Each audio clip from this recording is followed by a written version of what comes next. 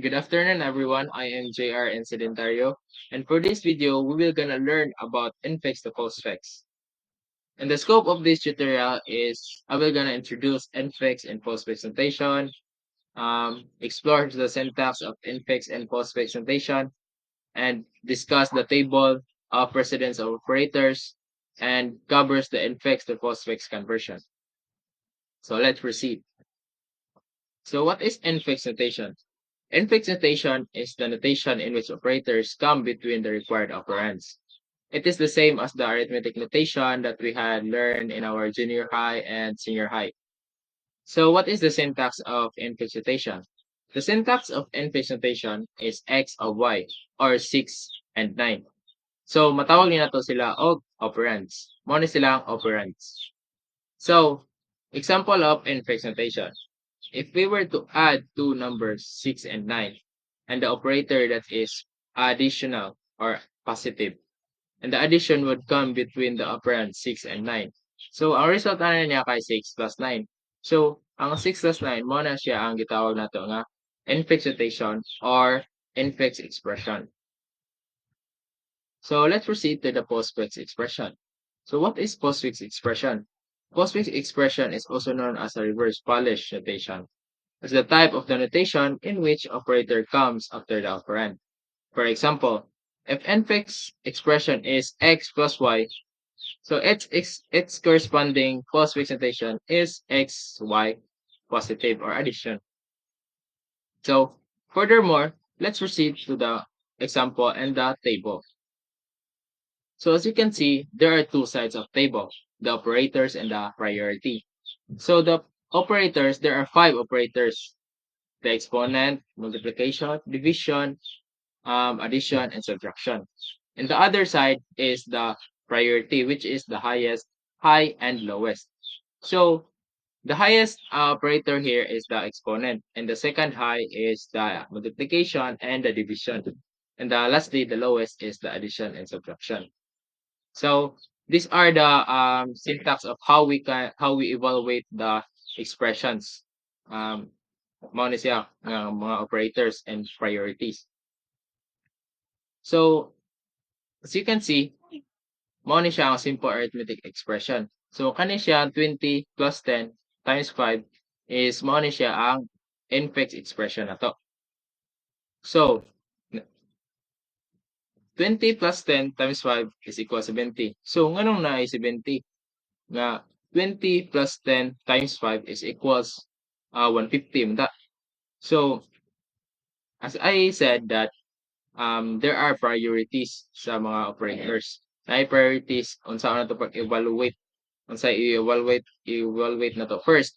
So nakita na to nga naay multiplication here, which is the high priority than the subtraction and addition. So addition is lower man, lower. And ang multiplication is highest or highest kaning priority.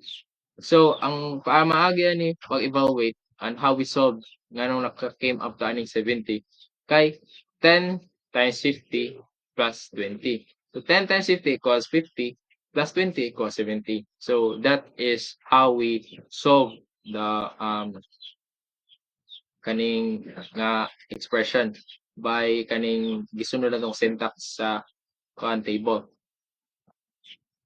So the next example is 2 plus 4 times 5 minus 3 exponent 2 or raised to the power 2 or 3 squared.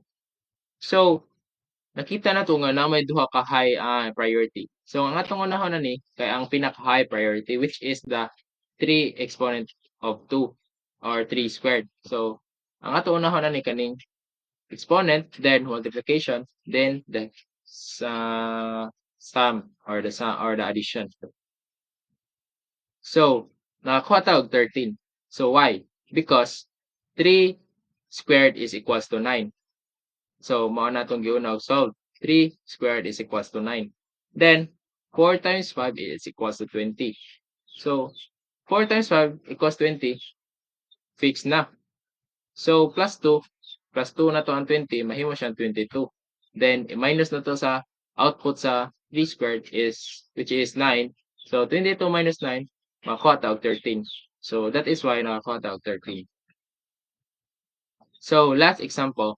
So nakita nato sa expression na ay kaning parenthesis. So note lang nato ha nga if na gani parenthesis, mo na siya unahon nato og kaning evaluate kay mo na siyang highest pa sa exponent.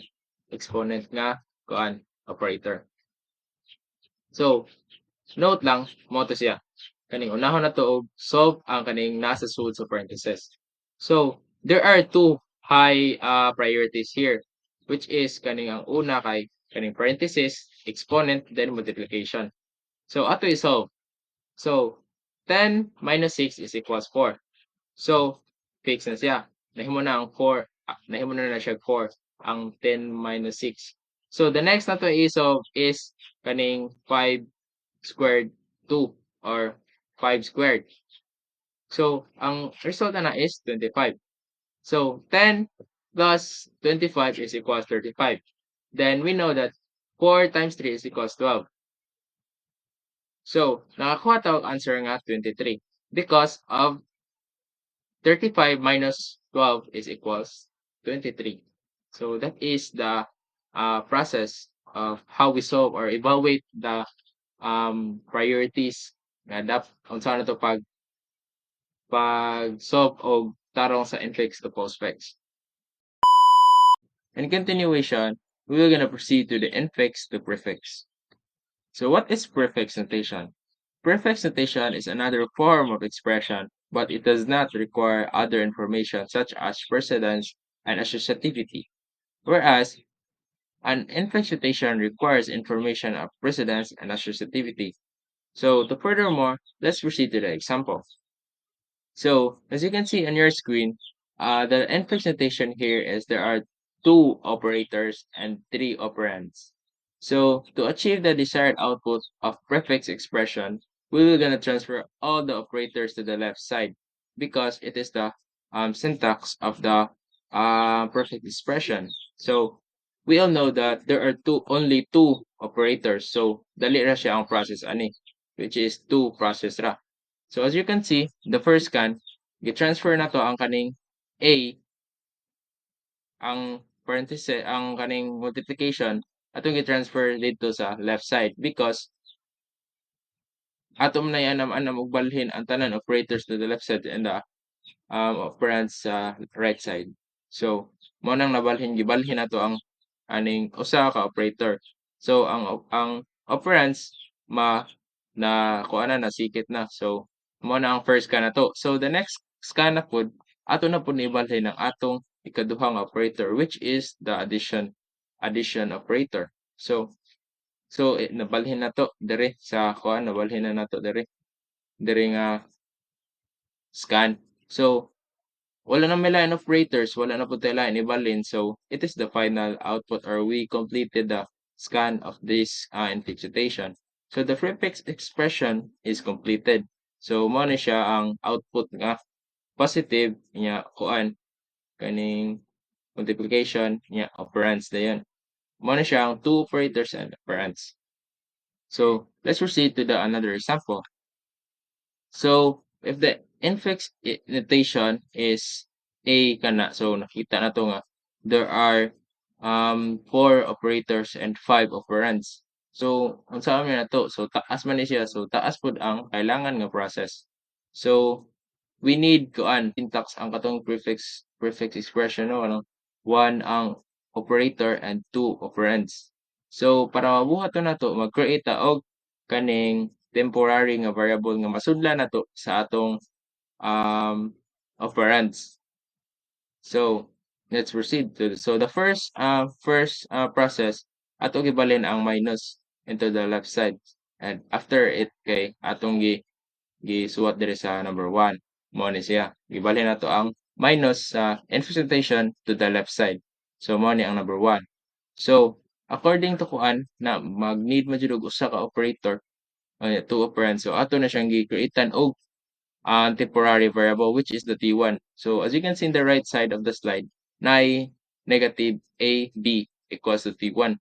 So ang sod ani nga T1 variable is mo ni siya kani ang negative AB. So mo nang naa sa atong number 2, mao na ang T1 ang gikan sa 1. Mo na nga ang sud ni nga T1 variable kay mao ni negative AB. So ato na pud ni ibalhin ang kaning hinay na pud nato balhin ang each operator. So gibalhin na pud nato ang kaning multiplication o kaning C operand. So ato gibalhin, so i-transfer sa next process, i-transfer na pud ni nato ang operator nga multiplication to the left side. So ato na pong gibalhin. So as you can see in the number 3, nabalhin na nato. So nabalhin na nato ang atong operator nga multiplication, and ang C operand nabalhin na nako na pud nasikit na pud sa T1 operand. So mao na ni siya. So mag-create na pud ta og lain nga temporary nga variable because kaning duha naman naman ni kuan lahi-lahi nga operator pod kani ang kaning para makuan ba dili ta malibog ato ni siyang ibuta isud og kaning temporary variable para makuha nato ika last. So mao ni siya ang multiplication T1C kay mao ni siya ang T2. So mag-create na pud ta og process, lain process. So sa number 4 nga process naa dira ang T2. So ang sole ani nga T2 variable is mao ni ang multiplication nga operator and negative nga operator and ang C nga operand of A and B operands. So mao ni ang naa sa sud sa T2 nga temporary variable. So ato na pud gi-transfer ang division nga operator into the kuan sud. Mo to gisud na pud nako ang kaning D. So same balik-balik ra ang process ako rang ibalhin na pud ang operator nga division until makuan maagto na sa left ang operator and the operands na sa right. So sa 5 mag-create na pud ta og last nga temporary variable because kuan para sa 6 nga kuan atong gisud ang division T2D sa T3 nga temporary variable. So ang T3 variable sa number 6 mao ni siya ang nasa number 5 except sa kaning E. So sa 6 nga process nana dira gisud na pud nato ang kaning T3 ug ang plus E. So as you can see sa last 7 mao na ang gibalhin na nato ang kaning operator gikan na sa tunga sa between T3 and E. So 7 nabalhin na nato ang positive nga operator. So dire ato na ni siya tag sa tagsaon og kaning butang ang ilang mga kuan operators kay nahurot naman nato og butang tanan operators each. So ang T3 positive T3 mao na ni last. So unsa may sud sa T3 nga variable? Ang sud sa T3 kay di ba ang kaning kuan negative T2D. So mao na to ibutang sa 8. Mao ning naka-came up taning na positive division T2D nya E. So mao na siya sunod sa next process na sad sa 9 ato na pud na i-determine unsay sulod sa T2. So ang sulod sa T2 kay kaning multiplication operator and T1C. So ato na pud na ibutan diri sa process 9. And lastly, unsay sulod sa T1 nga temporary variable ato na pud na siya ibutang. So maong naka-game up tani nga last part because ato na na-transfer all the operators to the left and ang operands ato na pud na transfer sa right. So mao ni ang atong final or completed nga final output nga atong gustong makuha, which is nakuha na to. And mao ni ang prefix expression nga atong nakuha. So I hope you learned something about this video. Thank you for listening and goodbye. Thank you.